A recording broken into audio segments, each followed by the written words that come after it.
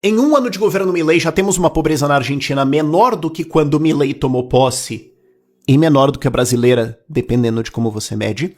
Um crescimento de PIB que já cancelou toda a queda do começo do ano, sim, já está no 0 a 0 e 2024 pode terminar crescendo, sendo que a projeção era uma queda de 3,5% do PIB, e vários outros resultados econômicos muito fortes. Eu quero explicar para você ao longo desse vídeo não só esses resultados, mas eu tô fazendo esse vídeo não só para você saber o que tá acontecendo, mas porque eu acho que a guerra de narrativas ao redor do Milei é a discussão política mais importante no mundo hoje. Por quê? Porque tem um pêndulo de direita acontecendo na política do mundo agora, não só com Trump. No Canadá, o Trudeau deve cair a qualquer momento e ser substituído pelo Poilievre. Na Europa, nós temos uma ressurgência da direita. No Brasil, podemos ter. E se a direita absorver 20, 30% do que o Milei está falando aqui de resultados, de a forma libertária de pensar, nós temos uma situação global, não só na economia, mas na política, um futuro civilizatório da humanidade muito importante, e isso aqui precisa ser absorvido porque é uma guerra de narrativas e a esquerda vai continuar mentindo gigantescamente. Que é um exemplo muito simples. Com um ano de Milei, vários jornais reportaram que a pobreza está em alta e tinha vários dados já bem consolidados de que na verdade já tinha caído. Os caras estão simplesmente ignorando todos os dados positivos e mentindo descaradamente. Não tem outra, sabe? Não tem o que fazer aqui. Ou é mentira e canalice, ou uma incompetência ao ponto em que o cara deveria pedir demissão e aposentar da profissão e, sei lá, e fazer Uber, com todo respeito aos Ubers. Vamos lá. O que eu quero abordar nesse vídeo? 5 pontos. Primeiro, os resultados econômicos do Milei mais importantes e mais simples de ser entendidos pela população em geral. Eu não vou entrar aqui em muita coisa de bolsa, de investimentos disso, daquilo. Eu quero entrar mais em emprego, salário, inflação, pobreza, PIB, as coisas que vão importar para a população média que vai votar nas eleições, não só lá, mas aqui.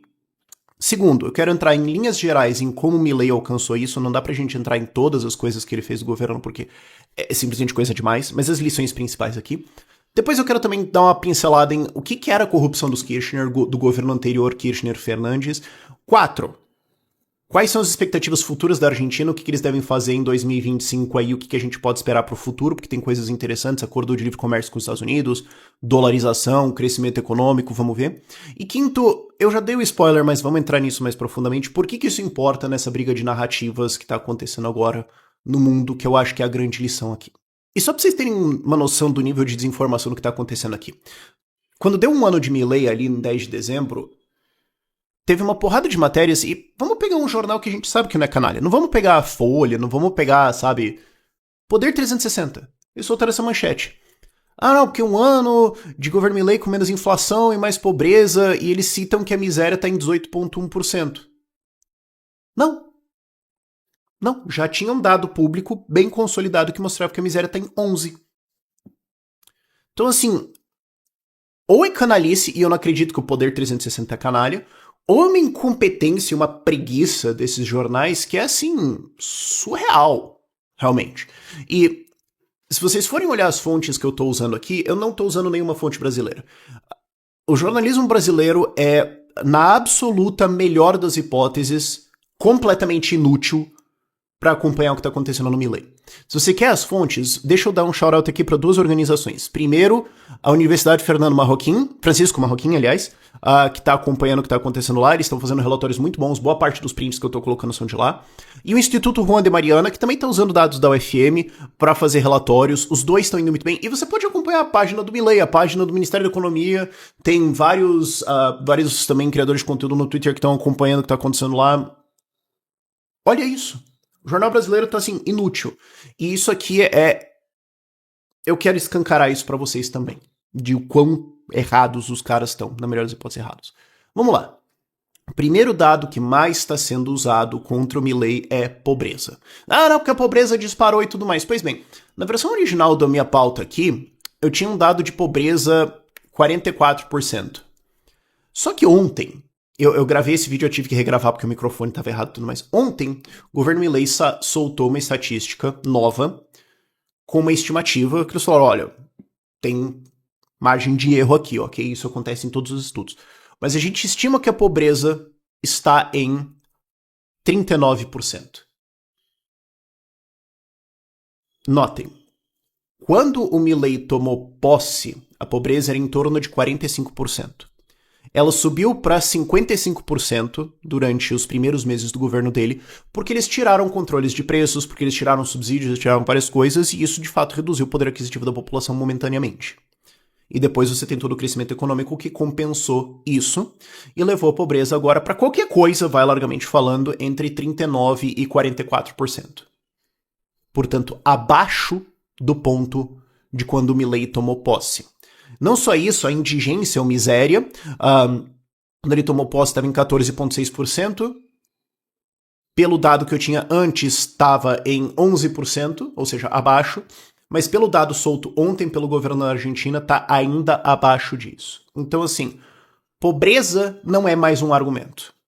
A esquerda vai continuar usando isso? 100%. E aí vai caber a gente trazer esses dados e postar, toda vez que eles postar outro dado e falar, cara, você está mentindo, fim.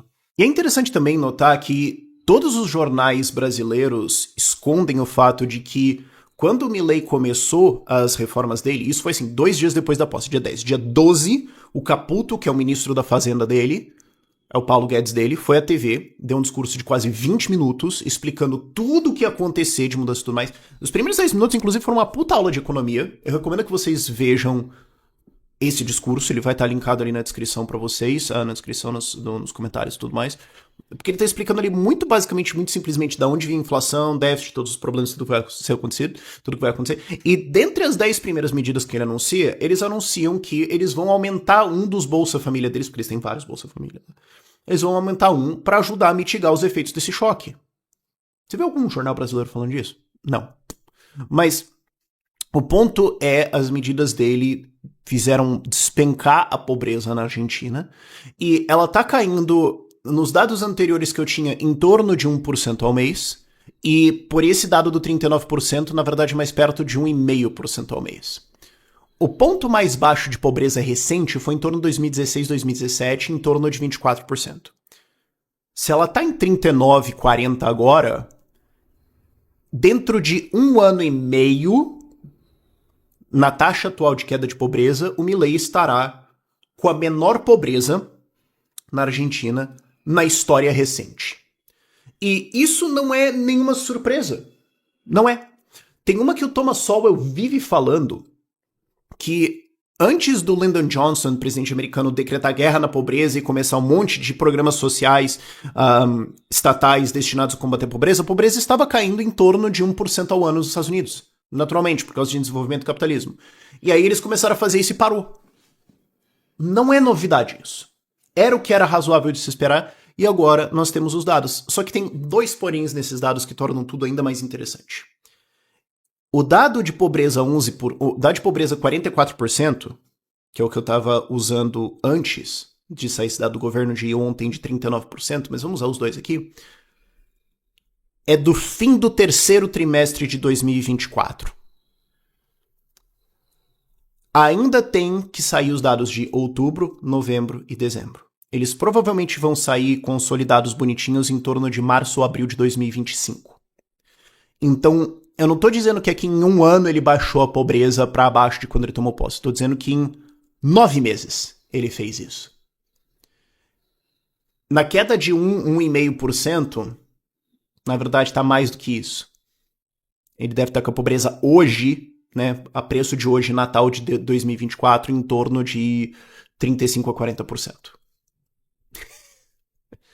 E ainda vamos ver o que vai acontecer. Agora, uma outra coisa que é muito interessante, e eu preciso dar um shout-out pro Wendy's no X. Eu não sei quem é você, mas você me deu talvez top 5 melhores argumentos do ano, eu preciso de citar. O cara trouxe um dado que eu deveria ter pensado. Ele falou, cara, para pra pensar que a linha de pobreza na Argentina não é a mesma da brasileira. Na verdade, ela é muito mais alta. E isso que é interessante de notar. A definição de pobreza na Argentina é, segundo o INDEC, se você entrar no site deles lá, o INDEC é o IBGE deles, tem todos os dados lá, e eles têm uma apresentação visual muito boa, inclusive boa parte dos prints que eu estou usando aqui são deles. O INDEC mostra lá qual é a definição de pobreza deles, que eu acho que faz muito sentido. Eles criaram a canasta básica total, ou cesta básica total. Que é uma ideia de, olha, tem o mínimo que você tem que consumir de alimentos, e depois tem assim, moradia, vestuário, remédios, essas coisas. Que assim, é o mínimo. Se você não consegue isso, você é pobre. Eu acho que é uma definição boa, porque não é uma linha arbitrária de tipo R$ 1.200. É uma linha de quanto que você tem que consumir ali pra. Entendeu? E depois eles têm a linha da miséria. A linha da miséria é esquece todo o resto, comida. Se você não consegue pagar o mínimo de comida, você é miserável. De novo, eu acho que é uma definição que faz sentido. A linha de pobreza deles é R$ 1.900 mensais. O salário mínimo no Brasil é 1.400 pila. A linha de pobreza deles está acima disso. Então, esse dado aqui, na verdade, está mostrando que 39% da população está ganhando menos que isso. 39, 44, depende do dado que você usa. O resto está acima.